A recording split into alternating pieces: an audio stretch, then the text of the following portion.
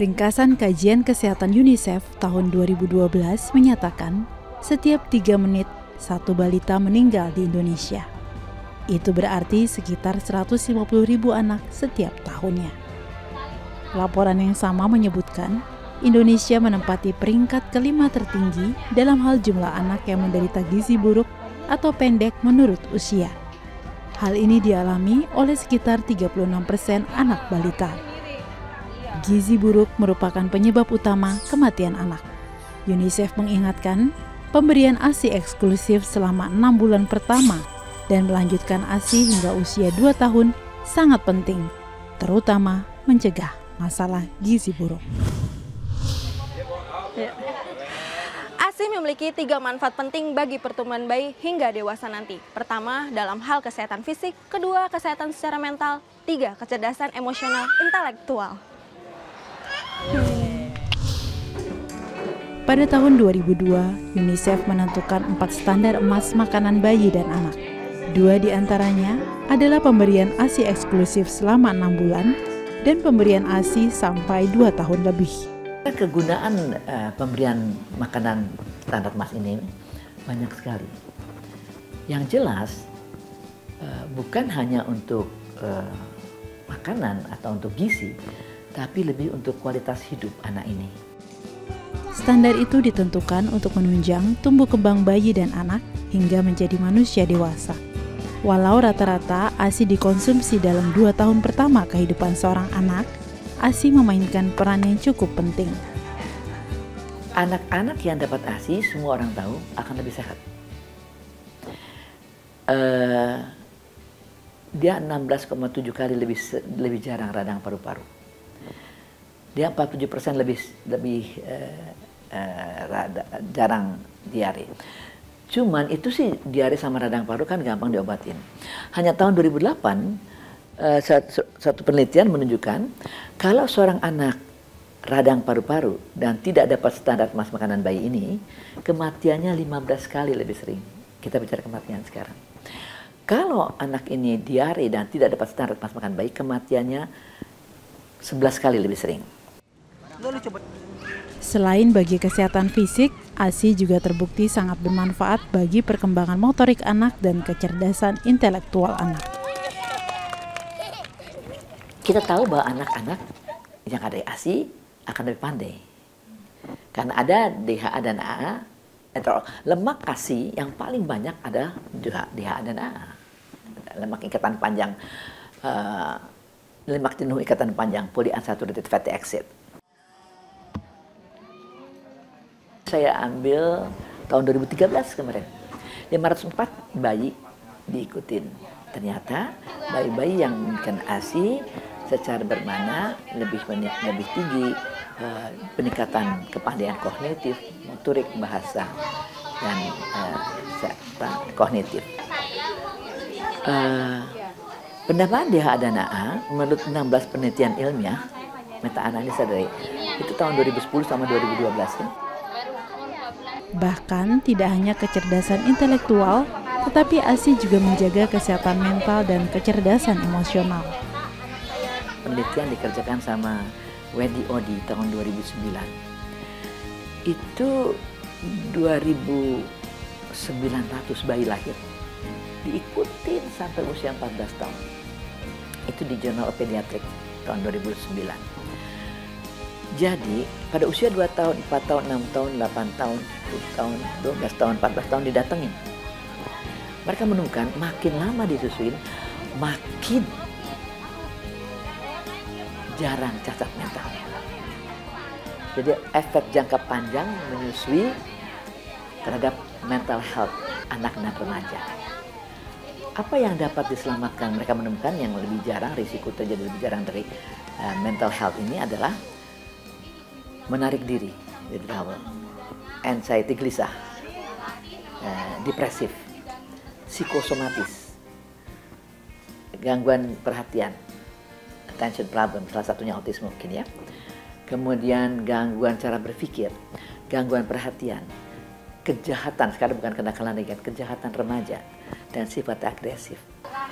Bukan hanya untuk makanan bukan hanya daya tahan tubuh, tetapi kualitas hidup, karena dia ternyata juga mempengaruhi kesehatan mental.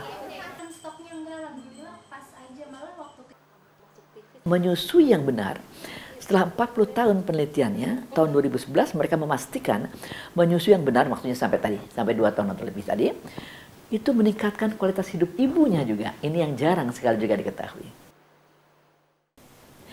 Ibu yang menyusui dengan benar akan terhindar dari kanker payudara, kanker rahim, kanker indung telur, stroke, penyakit jantung koroner, stres, depresif, rematik keropos tulang, rematik, kemudian diabetes, tekanan darah tinggi, bahkan pikun. Jadi banyak sekali. Penelitian dari Katarina Swanberg 2009 dari Swedia. Beliau menemukan selain ada antibakteri di ASI ibu, selain ada anti kanker di ASI ibu, beliau menemukan satu bentuk protein yang sifatnya anti kanker, anti tumor. Jadi namanya HAMLET, Human Alpha Like Albumin Made Lethal to Tumor Cells. Cara garis besar, menyusui yang benar, memberikan ASI yang benar tadi, itu meningkatkan kualitas hidup ibu dan bayinya. Minggu pertama di setiap bulan Agustus diperingati sebagai Pekan ASI Sedunia. Memanfaatkan momen ini, di Indonesia, bulan Agustus juga diperingati sebagai Bulan ASI Nasional. Tahun ini, tema Pekan ASI Sedunia adalah mendukung ibu bekerja untuk menyusui. Masih dari kawasan Dewi Sartika 136 Day, selamat RPK. Silakan. Terima kasih Bu Emi, terima kasih sekali. Sebenarnya tahun 2012 ada peraturan pemerintah nomor 33 tahun 2012. Kalau semua ibu dan bapak yang akan melahirkan, coba deh cari tahu, cari orang-orang yang tahu. WHO mengharapkan pada tahun 2025 lebih dari 50% wanita berhasil menyusui anak secara eksklusif.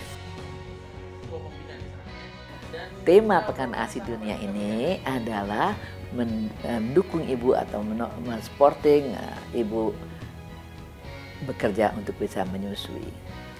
Karena hak seorang ibu untuk bekerja, hak pekerja perempuan punya kualitas hidup di hari tua lebih baik.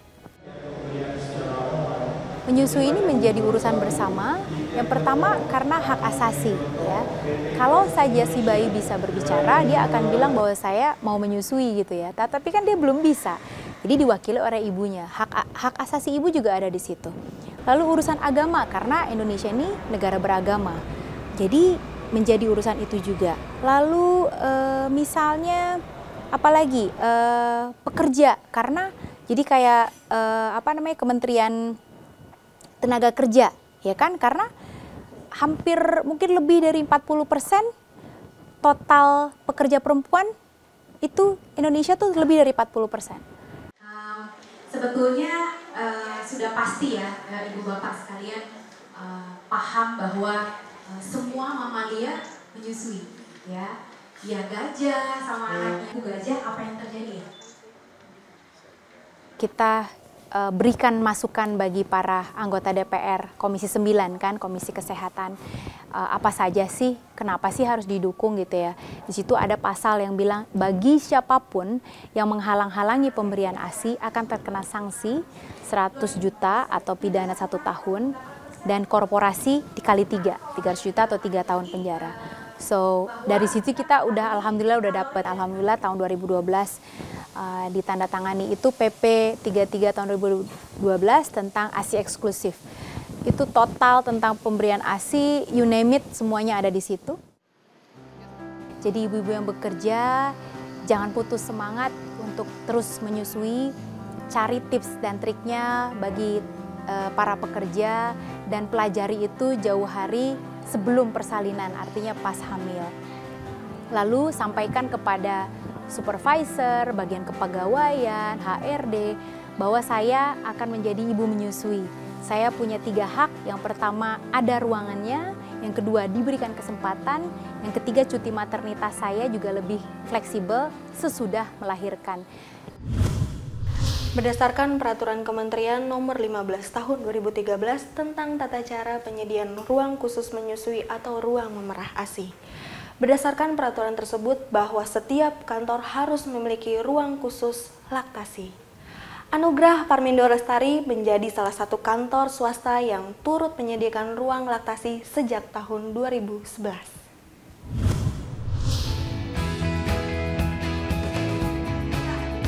Secara umum saya sangat mendukung buat karyawan wanita ya, pada saat mereka bekerja ya mereka harus tetap mengutamakan apa yang penting untuk bayi mereka ya, sehingga keluarga sejahtera itu adalah tujuan utama dari mereka bekerja, bukan? Jadi mudah-mudahan banyak wanita bisa melakukannya. Pada tahun 2011, banyak karyawan perempuan di kantor ini yang melahirkan dan harus menyusui. Hal ini menggerakkan pihak manajemen kantor memenuhi kebutuhan para ibu yang bekerja untuk dapat tetap memberikan ASI-nya. Satu hal yang sangat berharga, jadi kita harus sangat bangga dapat melakukannya. Sukses di tempat kerja, juga sukses di keluarga. Ruang laktasi bagi kami tentunya untuk mensupport karyawan wanita kami yang mempunyai anak, yang berkeluarga. Ya, buat kami ingin memampukan mereka tetap menjaga anak mereka dengan baik walaupun mereka bekerja. Ya, mau lihat sekarang ruang laktasi kami? Mari kita lihat sekarang. Ruang laktasi kami ada sejak tahun 2011. Berarti sudah 4 tahun berjalan dengan berbagai macam manfaat buat ibu-ibu. Iya, betul sekali, masih dipakai sampai sekarang. Nah, ini juga terinspirasi dari peraturan pemerintah dan juga mungkin inisiatif dari perusahaan untuk mendirikan ruang laktasi itu sendiri. Betul sekali, sebetulnya lebih daripada inisiatif kita sendiri ya, karena menurut kita itu memang hal yang perlu dan penting bahwa pemerintah mengadakan peraturan itu, tentunya kita senang dan mendukung. Terus manfaat positif dengan adanya ruang laktasi ini apa Bu buat para karyawan di sini? Menurut saya karyawan kita lebih produktif karena mereka bisa tenang mengetahui bahwa bayinya tetap terjaga. Ya. Juga mungkin lebih fokus untuk bekerja juga ya? Ya, betul. Di luar itu juga bayinya tentunya menjadi bayi yang lebih bahagia ya dan lebih sehat sehingga kedepannya jarang sakit. Nah, ini juga mungkin ada pengalaman sendiri ketika dulu bekerja tidak ada ruang laktasi, akhirnya di kantor sini mungkin ada ruang laktasi. Ya, betul sekali. Pengalaman saya sendiri dulu pun saya ingin tetap bisa menyediakan ASI untuk putra saya.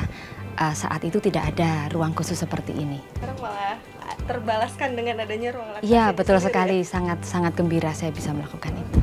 Ada di sebelah sini. Fasilitasnya apa aja Bu yang di dalam ruang laktasinya? Di dalam ruang laktasi ada kulkas, ada kursi, ada meja, tisu, air minum yang diperlukan untuk mereka. Nah, di sebelah sini, silakan.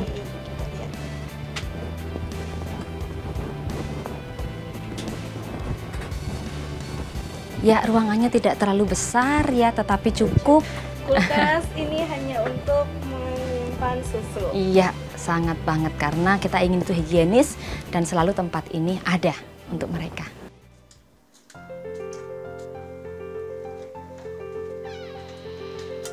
Saya pribadi sih, saya 3 kali sehari sesudah nyampe di kantor, masih pagi sebelum jam kerja, jam istirahat, dan jam mau pulang. Itu aja. Sisi positifnya banyak, misalnya saya nggak perlu khawatir ASI saya jadi jelek nih di ruangan suhu seperti ini gitu, karena memang disediakan kulkas, itu yang pertama. Dan yang kedua, kita nggak perlu mikir yang namanya aduh nanti merah di kantor di mana ya, ruangan mana ya, ruangan siapa yang bisa dipakai atau gimana, karena memang disediakan. Yang pasti saya harapkan kesehatan ya, kesehatan nomor 1, sehat-sehat terus, dan pastinya lebih dibandingkan anak-anak yang mungkin minumnya susu formula, pasti memang jauh lebih beda. Kepintaran, kecerdasan, semuanya pasti akan lebih baik diberikan ASI eksklusif. Untuk meningkatkan pengetahuan tentang ASI, para karyawan perempuan juga memiliki waktu untuk berdiskusi dan menerima bimbingan dari konselor di sela-sela waktu istirahat mereka. Nah, dengan adanya ruang laktasi ini, menurut Mbak apa sih manfaat buat si ibunya sendiri dan kantornya juga? Oke. Kalau manfaat untuk ibunya tentu saja, jadi dia bisa manajemen laktasinya bisa lebih teratur ya, karena kan tidak tidak sebentar loh meninggalkan bayi 8-10 jam kan. Jadi ya udah aku tambahin support juga. Ini anaknya diberikan ASI, anaknya jadi jarang sakit. Kalau jarang sakit, si ibu menjadi lebih jarang bolos kan. Kalau sakit, ibu izin. Lalu berikutnya dia merasa difasilitasi seperti ini, artinya kebutuhan dia akan memerah karena dia adalah ibu menyusui, itu difasilitasi dan dia senang gitu loh. Jadi langsung sekali serot. So, ketika perusahaan memberikan dukungan berupa 3 hal itu saja. Yang pertama ruangan, kesempatan untuk memerah, dan yang terakhir adalah cuti maternitas yang fleksibel. Ya mudah-mudahan itu memberikan keuntungan untuk semua pihak. Megang begini, gendong begini, ini di sini lengan kita sini nggak ada kekuatan apa-apa. Ada nggak yang belum pernah hamil? Dalam proses menyusui, tidak hanya ASI yang merupakan fokus utama, tetapi juga hubungan batin yang tercipta antara bayi dan ibu. Proses timbal balik hubungan batin itu tidak tergantikan dan menentukan tumbuh kembang anak secara mental dan rohani. Ya, jadi bonding dan attachment itu adalah konsep emosional buat seorang anak. Sementara attachment itu adalah proses timbal balik, bagaimana antara ibu dan anak ini saling menyayangi, dan ini adalah proses yang jauh lebih mendasar dan penting untuk perkembangan kesehatan mental dia. Dan untuk orang-orang yang berada di sekitarnya, dan kalau kita sebagai masyarakat, kalaupun kita tidak bisa secara langsung memberikan dukungan kepada si ibu yang sedang menyusui, dengan kerjasama dari seluruh elemen masyarakat, tentunya proses menyusui untuk seluruh anak negeri itu bisa berjalan dengan lebih baik. Bagi kita ke kegiatan lain bisa diajak jalan-jalan. Dukungan dari orang sekitar sangat penting, khususnya dari sang ayah. Mendingan Anda konsultasi. Tentunya faktor pendukung utama adalah suaminya, ya. Suaminya yang harus betul-betul menjadi pendukung. Walaupun suami ini nggak bisa juga seorang diri, karena suami dan istri ini adalah satu kesatuan, mereka harus bisa bekerja sama sebaik-baiknya. Peran ayah sangat penting, karena proses menyusui melibatkan rasa cinta kasih yang dominan. Kasih sayang ayah pada ibu dan kasih sayang ayah pada anak berpengaruh secara langsung dan tidak langsung pada proses kelancaran ASI.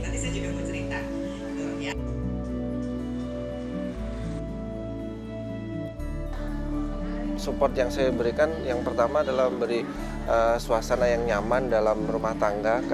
Diusahakan ibu tidak stres karena itu mempengaruhi produksi ASI gitu. Kemudian menganjurkan untuk banyak mengkonsumsi sayuran gitu, dan mencukupi kebutuhan si ibu gitu. Kedua, ikut mendampingi ketika malam bundanya terjaga, bayinya terjaga untuk mengganti popok gitu. Kemudian bayinya nangis, ikut mendampingi aja gitu. Saya merasakan peran ayah itu harus imbang gitu, bahwa beban mengasuh anak bukan hanya dilakukan oleh ibu, tapi di situ butuh peran ayah. Bagaimana kita memberi support moral supaya istri itu kuat, karena ternyata menjadi seorang ibu itu adalah pekerjaan paling berat di antara pekerjaan yang lain gitu. Pencapaian tertinggi, saya rasa pencapaian tertinggi adalah menjadi seorang ibu, mengasuh anak dan membesarkan dengan sebaik mungkin itu. Makanya sebagai laki-laki saya merasa membayangkan diri saya waktu kecil betapa repotnya menjadi seorang ibu gitu. Makanya saya ingin berbagi beban, berbagi kesenangan sama istri ketika mengasuh dua buah hati kami ini. Karena kita tahu bahwa ASI adalah makanan terbaik untuk bayi. Itu dari seluruh kebutuhan yang dibutuhkan bayi itu ada di ASI.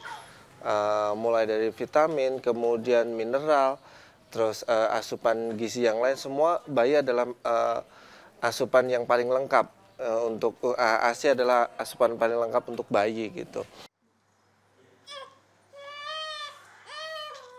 Ya itu balik lagi dengan tadi ya, biar perkembangan dede bayinya tuh bagus dan sehat terus. ikatan batin biasanya lebih kuat ya kalau susu eksklusif tuh. Iya, kontak langsung terus sama ibu dan anak. Ya, saya sih berharap untuk ibu-ibu yang menyusui lebih lebih ditingkatkan, maksudnya pengetahuan untuk manfaat ASI untuk bayi baru lahir itu dan sampai jangka berapa tahun kayak gitu. Karena itu benar-benar eksklusif tuh bagus. Para kader kesehatan dipersiapkan untuk memberikan pengertian tentang pentingnya untuk menyusui. Dan para kader ini juga diberikan wawasan untuk memberikan dampingan konseling untuk para ibu menyusui.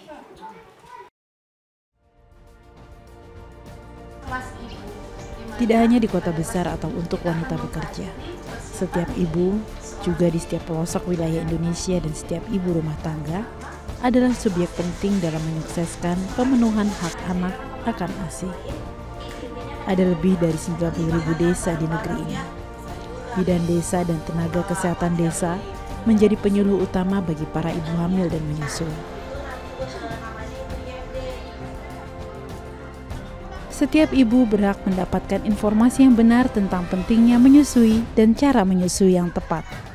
Mulai dari kota besar hingga ke pelosok daerah, seluruh anggota masyarakat perlu mendukung pemberian ASI bagi bayi. Masyarakat yang aman dan kuat dipengaruhi oleh adanya unsur kasih sayang dalam setiap keluarga. Jadi mereka betul-betul merasa terbantukan sekali gitu, dan akhirnya, nah ini yang paling saya senang, bola saljunya itu betul-betul bergulir menjadi lebih besar. Mereka menjadi agen bahwa menyusui itu bisa loh kalau dipelajari dulu gitu. Kita bisa keluar dari tantangan loh kalau kita tahu kepada siapa yang benar kita tanya, yaitu konselor menyusui kah, atau konsultan menyusui, atau dokter yang tahu tentang menyusui dan lain sebagainya. Peran tenaga kesehatan dan para konselor menyusui sangat penting.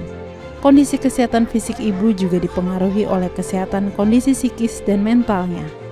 Selain itu, perlu pula mendapatkan teknik pengajaran yang benar ketika ada masalah dalam pemberian ASI. Kasih sayang yang tepat, teknik dan pengetahuan yang benar, serta penerapan yang baik dengan dukungan semua pihak dapat mewujudkan hak setiap bayi untuk mendapatkan ASI eksklusif 6 bulan dan melanjutkan mendapatkan ASI hingga usia 2 tahun lebih. Ketika semua anak mendapatkan haknya sejak bayi, keluarga akan berkembang menjadi keluarga bahagia. Keluarga bahagia menciptakan masyarakat yang sejahtera, aman, dan damai. Karena kebutuhan mental, jasmani, dan rohani terpenuhi sejak masa awal kehidupan setiap orang.